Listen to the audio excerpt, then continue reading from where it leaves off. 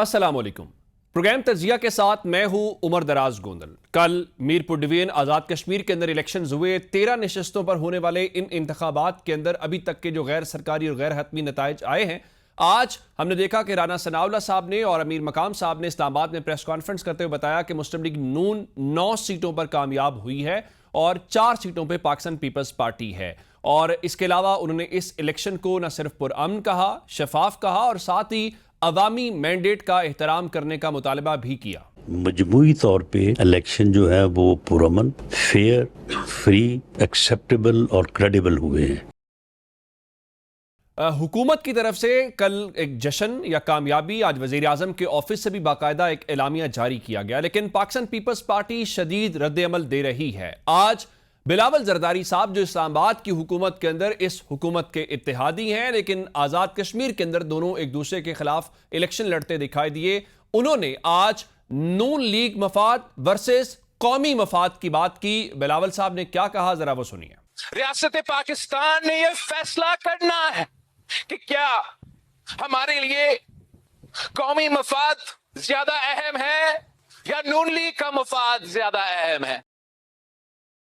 बिलावल जरदारी अब ये क्यों ऐसी बात कर रहे हैं कि नून लीग के मफाद में मुल्क का क्या हाल हो गया है, और पीपल्स पार्टी जो ओवरऑल ये कहती थी कि हम सिस्टम को चलाना चाहते हैं, अब सिस्टम के हवाले से फैसला करने की बातें क्यों की जा रही हैं। और फिर आज हमने ये भी देखा कि चौधरी यासीन जो पीपल्स पार्टी के सदर हैं वो एक सीट से तो जीते लेकिन 22 सीट से हारे, लेकिन बिलावल जरदारी साहब ने उनको 2 सीटों पर यानी दोनों सीटों पर जीतने की मुबारकबाद दी। जरा वो भी सुनिए। मैं चौधरी यासीन साहब को मुबारकबाद पेश करना चाहता हूं कि अवाम के वोटों के मुताबिक वो 2 के 2 सीटें जीत के आए हैं। इसके अलावा हमने ये देखा कि राजा परवेज अशरफ साहब ने आज चौधरी यासीन साहब को साथ बिठाया, उन्होंने प्रेस कॉन्फ्रेंस की और न सिर्फ प्रेस कॉन्फ्रेंस की बल्कि उन्होंने ये कहा है कि कल मुख्तलिफ पोलिंग स्टेशन के ऊपर डाका मारा गया है। और उन्होंने कहा कि कल जो धांधली हुई है उन्होंने अपने 50 साला सियासी करियर के अंदर ये धांधली नहीं देखी, और साथ इन्होंने इन पोलिंग स्टेशंस के ऊपर फौज की निगरानी में अभी जब पूरा सरकारी नतीजा भी नहीं आया, री इलेक्शन का मुतालबा किया है। कल जो इंतखाबात हुए बदतरीन धांधली की एक बदतरीन मिसाल, जिसमें धांधली का हर वो हरबा इस्तेमाल हुआ जिसे शायद मैंने भी अपनी 50 साल जिंदगी में पहले नहीं देखा। इसका जवाब आज मरीम नवाज शरीफ साहिबा ने भी दिया और उन्होंने बताया कि असल में पीपल्स पार्टी ने जिस किस्म की जबान इस्तेमाल की है उन्हें इस पर अफसोस भी है, और उन्होंने भी वही मुतालबा दोहराया कि पीपल्स पार्टी अवाम के फैसले को कबूल करे जो राना सनाउल्लाह साहब बात कर रहे थे। और फिर उन्होंने कहा कि अगर कारकर्दगी होती तो बिलावल को हमारे ऊपर तनकीद का मौका ना मिलता। बिलावल भुट्टो साहब, मैं आपको ये समझाना चाहती हूँ, ये बताना चाहती हूँ, इलेक्शन का फैसला रियासत नहीं करती, इलेक्शन का फैसला अवाम करते हैं। अब बुनियादी सवाल यह है कि जो 8 फरवरी को हुआ उस वक्त पीपल्स पार्टी उस हुकूमत की इत्तेहादी बनी इस बुनियाद के ऊपर कि सिस्टम आगे चलना चाहिए। अब बुनियादी सवाल यह है कि अगर पीपल्स पार्टी ये इलेक्शन हार गई है तो क्या जो आज राजा परवेज अशरफ बात कर रहे थे कि अगर सिस्टम हार गया तो फिर किसी के हाथ कुछ नहीं आएगा, क्या पीपल्स पार्टी का हार जाना ही सिस्टम का हार जाना है? अगर पीपल्स पार्टी का धांधली पर यह मौकिफ है तो 8 फरवरी को भी अपोजिशन ये इल्जामात लगाती रही है, तब पीपल्स पार्टी खामोश क्यों रही? और फिर आपने जब जीबी का इलेक्शन जीत लिया, वहां पर हुकूमत बन गई, वहां पर इतराज नहीं था, तो क्या ये बुनियादी तौर पे इक्तदार की लड़ाई है कि मेरा शेयर मुझे मिलना चाहिए? और ये एक ऐसा इलेक्शन जिसमें तहरीक इंसाफ नहीं थी, नून लीग और पीपल्स पार्टी आपस में एक तरह से इलेक्शन लड़ रहे थे, तो क्या अगर वो आपस में भी इस बात के ऊपर मुत्तफिक नहीं है कि साफ शफाफ इलेक्शन नहीं था, तो क्या पाकिस्तान में अब इन ऐसे इलेक्शंस को न्यू नॉर्मल समझा जाए? ये बड़े बुनियादी सवालात हैं जो आज हमने देखे हैं। दूसरे तहरीक इंसाफ जो है वो सड़कों पर आने के लिए पर तोड़ रही है। लाहौर में उन्होंने दरखास्त दी जिस पर डीसी साहब जिस तरह से बैठे हुए थे, बहुत तनकीद हुई कि क्या अवामी नुमाइंदों के सामने किसी सरकारी अफसर को ऐसे बैठना चाहिए। उसके बाद हमने ये देखा है कि लाहौर के बाद पिंडी में भी जलसे के लिए उन्होंने दरखास्त दे दी है, लेकिन उसके साथ जो हमने ये देखा कि रिहाई फोर्स को लेकर जो आईनी अदालत के अंदर मामलात हैं उसको छुट्टियों तक पोस्टपोन कर दिया गया है। इन तमाम अहम मौज़ूआत के ऊपर बात करेंगे। आज हमने मुस्लिम लीग नून से दावत दी है रुकने कौमी असम्बली शुमाइला राना साहबा को। शुमाइला साहब, आपके वक्त का बहुत शुक्रिया। और पाकिस्तान तहरीक इंसाफ से शफी जान साहब हमें ज्वाइन कर चुके हैं, वज़ीर इत्तलात हैं खैबर पख्तूनख्वा के। शफी जान साहब, आपके वक्त का बहुत शुक्रिया। और आज आगे चलकर हमें ज्वाइन करेंगे चोरी यासीन, जो MLA मुंतखब हुए हैं आज़ाद कश्मीर के, और उन्हीं की सीट के ऊपर ज़रा ज़्यादा तनाज़ा बना है। मैं आगाज़ मुस्लिम लीग नून से कर लेता हूँ। शुमाइला साहब, ये बताइए कि ये क्या मसला है? 8 फरवरी का इलेक्शन हो तो PTI आपके ऊपर कहती है कि धांधली है, फॉर्म 47 के ताने देते हैं। चलें, इन्होंने तो मानना ही नहीं आपको।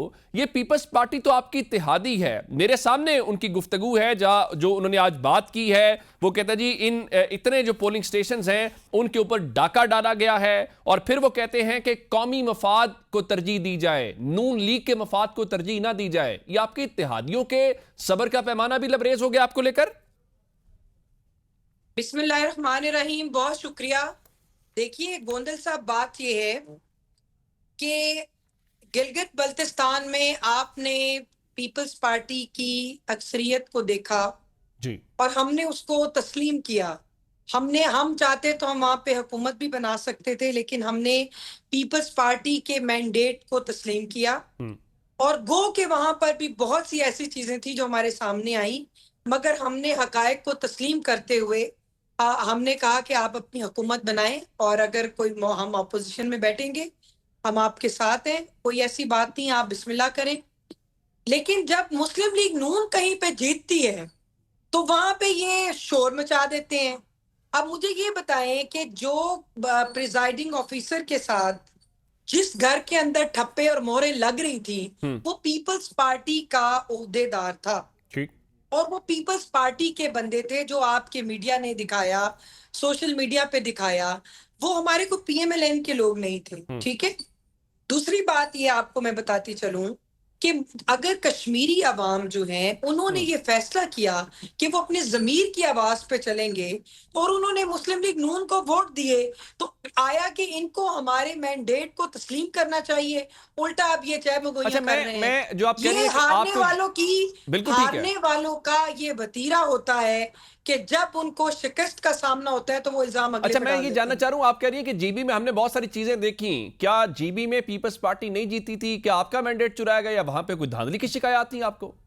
देखिए वहां पे बहुत सी ऐसी मामला थे जिनके ऊपर हमें शिकायत थी, हमें शिकायत मौसूल भी हुई, हमने बात भी करने की कोशिश की, हमने की भी, लेकिन हमने फिर भी मैंडेट जो है वो पीपल्स पार्टी का तस्लीम किया था। हमने वहां पे इनको कोई ताना नहीं दिया कि आपने फॉर्म 48 यूज किया है या 49 यूज किया है या 47 यूज किया है। और दूसरी बात यह है कि ये बात मैं आपको बताऊं कि पॉलिटिकल जमातों में मुस्लिम लीग नून एक वाहिद जमात है जो जहां हारती है वो तस्लीम करती है कि हमारे हैं, अपनी शिकस्त को तस्लीम करके उन खामियों के ऊपर काम करती है, कोई भी और मुखालिफ, आगे फिर अल्लाह ताला उनको कामयाबी आपका देते हैं। कोई भी मुखालिफ, वो PTI हो, मौलाना फजलुर रहमान साहब हो, पीपल्स पार्टी हो, इवन जमात इस्लामी हो, कोई भी आपकी फतह को ये सारे मिलकर आपको मुतनाज़ा बनाते हैं, या इन्होंने ये फैसला कर लिया कि नून लीग की जीत को हमने तस्लीम नहीं करना? नहीं, ऐसा नहीं है। आपने देखा फजलुर रहमान साहब जिस सीट से उनके बेटे इलेक्शन को लूज किया था, उन्होंने उसकी क्रेडिबिलिटी के ऊपर भी और उसकी शफाफियत के ऊपर भी सवाल उठाए थे। इसका ही मतलब है कि जो बंदा जहां से हारता है उसके दिल में शकूक व शबात होते हैं कि हो सकता है कि मैं यहाँ पे जो है शायद सवार मैं ही था अकेला और मैदान में कोई भी बंदा मेरे मुकाबिल नहीं था, लिहाजा मैंने ही जीतना था। तो ये तो गलतफहमी बंदों में होती है, लेकिन मसला ये है कि मुस्लिम लीग नून की जो जीत है वो यकीनी जीत है, वो कश्मीरियों का असल आवाज है। कश्मीरियों का कल टर्न आउट हुआ, अमन कमेटी ने बहुत कहा कि बाइकआउट करेंगे, कश्मीर से लोग निकलेंगे नहीं, फलां नहीं होगा। देखिए आपके सामने सारा कुछ आप कह रहे हैं कि लोगों ने बहुत खुल के जो मैंडेट है वो मुस्लिम लीग नून को दिया है। शफी जान साहब, मुझे ये बताइए कि 8 फरवरी को तो चले जो आप लोग कहते थे सो कहते थे, अब ये पीपल्स पार्टी कह रही है कि आज बिलावल साहब कह रहे थे कि मैं पुरअमन रहना चाहता हूं वरना मैं फिर आसिफ जरदारी का बेटा हूं। तो ये जो लड़ाई मुस्लिम लीग नून और पीपल्स पार्टी की शुरू हुई है, आप ये समझते हैं कि वाकई ही अब इलेक्शन के ऊपर सब सवालात उठा रहे हैं, चाहे वो PTI हो, पीपल्स पार्टी हो, मौलाना साहब हो, या आप कहते हैं कि नहीं, अगर तो पीपल्स पार्टी जीत जाती फिर ना कोई सिस्टम का मसला होता, फिर ना धांधली होती। चूंकि पीपल्स पार्टी हार गई है तो गवर्नमेंट के शेयर का मसला है और पीपल्स पार्टी उस पर रद्द-ए-अमल दे रही है। सबसे पहले उमर साहब आपका शुक्रिया। देखिए, जहां तक कश्मीर इलेक्शन का सवाल है, जो तहरीक इंसाफ का फैसला था वो दुरुस्त साबित हुआ। 10% भी टर्न आउट नहीं रहा। वो हल्के जहां पे हमारी हुकूमत में जब कश्मीर में इलेक्शन हुआ था 60 से 65% टर्न आउट था, वहां पे मुश्किल से भी 10% टर्न आउट नहीं था। तो जो हमारा फैसला था वो सही साबित हुआ। जो इस वक्त कश्मीर की अवाम सड़कों पे है, जो अपनी हुकूक की जंग लड़ रही हैं, इस कंडीशन में, इन हालात में वहां पे इलेक्शन का इनेकाद मुमकिन ही नहीं था। और फिर आपने देखा होगा कि एंड ऑफ द मोमेंट पे स्केड्यूल को भी चेंज किया गया। अब डिवीजन वाइज ही वहां पे इलेक्शन हो रहे हैं। अब एक डिवीजन में एक पार्टी अगर जीतती है तो उसका असर बाकी डिवीजन पे पड़ेगा। तो ये प्री पोल रैंकिंग के जिम्मे में आती है। साख इसकी मुतासिर हो चुकी है। जहां तक आपने बात की पीपल्स पार्टी की और नून लीग की, देखिए ये फैसला किया गया था कि जीबी की हुकूमत किसको दी जाएगी और पीपल्स पार्टी को दी गई, और कश्मीर किसको दी जाएगी वो इनको दी जाएगी। ये जनरल इलेक्शन में भी कहते थे कि सर्जिकल हो गई है। तो ये इलेक्शन इस किस्म की नून लीग जीतती है, इस किस्म के इलेक्शंस में ये हिस्सा लेती है। इलेक्टोरल प्रोसेस में अगर आप शाफ व शफाफ इलेक्शन करवाएंगे तो इनकी जमानतें जब्त होंगी। ये आप अपने पास लिख के रख लें कि जहां पे इलेक्शन होगा वो इन कैमरा इलेक्शन होगा, इनकी मियां नवाज शरीफ की जमानत जब्त होगी। वो एक हारा हुआ शख्स है, वो कश्मीर में खड़े होकर वजीर आजम बनने की ख्वाहिश का इजहार कर रहा है। एक हारी हुई सीएम जो इनकी है मरियम बीबी, वो कश्मीर में कैंपेन को लीड कर रही है। इलेक्शन कमीशन खामोश है। इलेक्शन कमीशन बिल्कुल टस से मस नहीं हो रहा। इलेक्शन कमीशन सिर्फ तहरीक इंसाफ के लिए तगड़ा है। आपको याद होगा कि रिपूर में इलेक्शन था, सीएम आफरीदी ने अब्टाबाद में जलसा किया। आफरीदी साहब को नोटिस पे नोटिस और वो तलवार अभी तक लटक रही है। ठीक। जहां तक इन दोनों जमातों की बात है, ये नूरा कुश्ती करते हैं। ये सिक्के के दो रुख हैं। आपको याद होगा कि जब जीबी का इलेक्शन हुआ, पीपल्स पार्टी ने इल्जाम लगाया कि नून लीग ने हमारे साथ वहां पे धांधली की है। कुछ दिन बाद बजट का सेशन था, बजट के लिए वोट पीपल्स पार्टी ने नून लीग की हुकूमत को दे दिया। उस बजट सेशन में बिलावल 30 मिनट के लिए नाराज हुए। फिर एक फोन कॉल ऊपर से आई, क्योंकि डंडे के नीचे ये दोनों जमातें एक हैं। इनके पास कोई इख्तियार तो नहीं है। आप ये जो बयानात हैं पीपल्स पार्टी के, इन बयानात को सीरियस नहीं ले रहे। मैं तो आपसे ये पूछने वाला था कि मैं तो आपसे ये पूछने वाला था कि मौलाना साहब तो चले, आपकी आजकल मुलाकातें आप लोगों की हो रही हैं, तो क्या इम्कान है कि आप पीपल्स पार्टी के साथ भी हाथ मिला सकते हैं और आने वाले दिनों में कोई अलायंस बन सकता है? देखिए, इन दोनों जमातों के पास इख्तियार नहीं है। आप कैसे इनके साथ अलायंस बनाएंगे? इत्तेमाद का फुकदान है पीपल्स पार्टी, और खान साहब वैसे भी चोरों के साथ हाथ नहीं मिलाते। तो ये दोनों जमातें तो सर्टिफाइड चोर हैं। तो इन दोनों जमातों से तो बात करना ही टाइम का ज़िया है, क्योंकि एक फोन कॉल की ये मार है। अभी ये ड्यूटी और ये जो भर्ती किए गए हैं, नून लीग अभी भर्ती हुई है और पीपल्स पार्टी इंतजार में खड़ी है, इशारे का वेट कर रही है। सदर जरदारी जो है, जो इस वक्त सदर है, कायमी ओहदे पे विराजमान है, वो अपनी सियासत इसलिए कर रहा है कि उसने बिलावल को वजीर आजम बनाना है और वो उसके लिए हर हद तक जा सकते हैं। मुझे ब्रेक के लिए कहा जा रहा है, ब्रेक से वापस आते हैं तो यहीं से कंटिन्यू करते हैं।